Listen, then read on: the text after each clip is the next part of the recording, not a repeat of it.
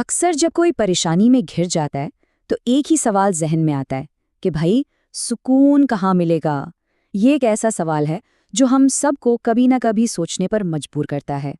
آج ہم ایک بہت مقبول بیان کے حوالے سے اسی سوال کا جواب ڈھونڈنے کی کوشش کریں گے اور اس کے جو بنیادی پیغامات ہیں انہیں ان سلائیڈز کے ذریعے سمجھیں گے۔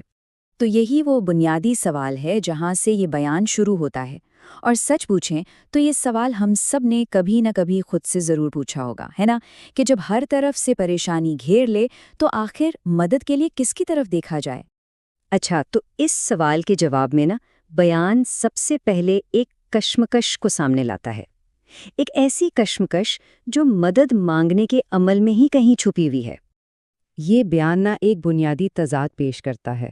دیکھیں، ایک طرف ہے مخلوق پر انحصار کرنا، یعنی کسی رسی یا دوسرے لوگوں جیسی محدود چیزوں سے مدد مانگنا۔ اسے ایسے بیان کیا گیا ہے جیسے کسی ایسے سہارے پر بھروسہ کیا جا رہا ہو جو خود کمزور ہے، اور پھر دوسری طرف ہے براہ راست خالق کی طرف رجوع کرنا، وہ جو ہر چیز کا سرچشمہ ہے اور جیسے خود کسی سہارے کی کوئی ضرورت۔ اور اس کشمکش کو مزید گہرائی دینے کے لیے بیان میں ایک طرح کا گلہ پیش کیا گیا ہے، گویا خدا کی طرف سے ایک سوال ہے، مجھے چھوڑ کر اوروں کے پاس کیوں جاتے ہو؟ کیا میرے خزانوں میں کوئی کمی آ گئی ہے؟ یہ سوال واقعی انسان کو اپنی ترجیحات پر سوچنے پر مجبور کر دیتا ہے۔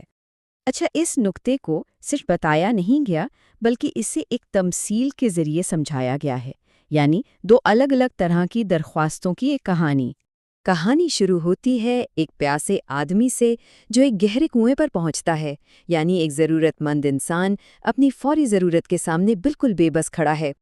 تو اب وہ شخص پانی تک پہنچنے کے لیے کیا کرتا ہے؟ وہ ایک رسی کا سہارا ڈھونڈتا ہے۔ یہ اس کے طریقہ کار کو ظاہر کرتا ہے، یعنی اس کا انحصار تخلیق شدہ اوزاروں اور وسائل پر ہے۔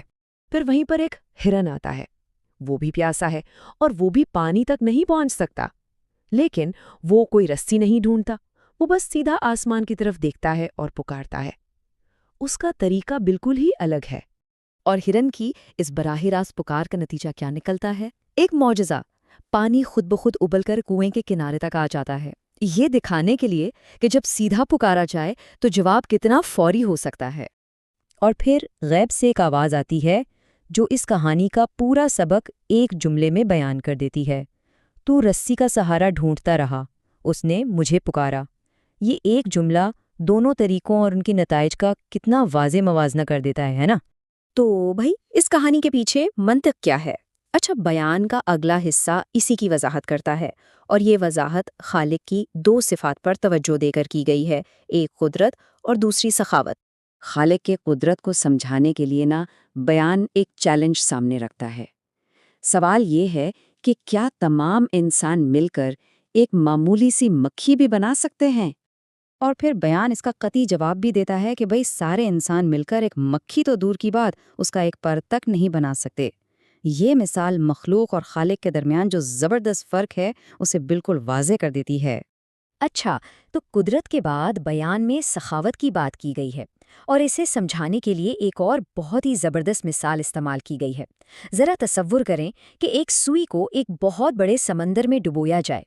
اب اس مثال کا مطلب یہ ہے کہ اگر ہر ایک مخلوق کو اس کی ہر مانگی ہوئی چیز دے دی جائے تب بھی خدا کے خزانوں میں اتنی بھی کمی نہیں آئے گی جتنا کہ اس سوئی پر لگا ہوا پانی کا ایک ننھا سا قطرہ سمندر کو کم کرتا ہے۔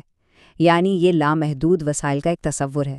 تو سوال یہ ہے کہ اگر خالق اتنا قادر اور اتنا سخی ہے تو پھر اس سے مانگنے کا حق کس کس کو ہے؟ بیان کا آخری حصہ اسی سوال کا جواب دیتا ہے، اور جواب یہ ہے کہ یہ دعوت سب کے لیے ہے۔ یہ دعوت بلا تفریق ہر ایک کے لیے ہے، اگلے اور پچھلے، بوڑھے اور جوان، مرد اور عورت، یہاں تک کہ انسان اور جنات، سب کو براہ راست مانگنے کی دعوت ہے۔ اور اس دعوت کی وسعت کو سمجھانے کے لیے بیان ایک بڑا دلچسپ عدد سامنے رکھتا ہے، 6010۔ آئیے دیکھتے ہیں کہ اس عدد کا یہاں کیا مطلب ہے۔ اس عدد کی اہمیت یہ ہے کہ بیان کے مطابق اس وقت زمین پر 6010 زبانیں بولی جا رہی ہیں، اور پیغام یہ ہے کہ اپنی اپنی زبان میں مانگو اور وہ ہر ایک زبان کو سمجھے گا۔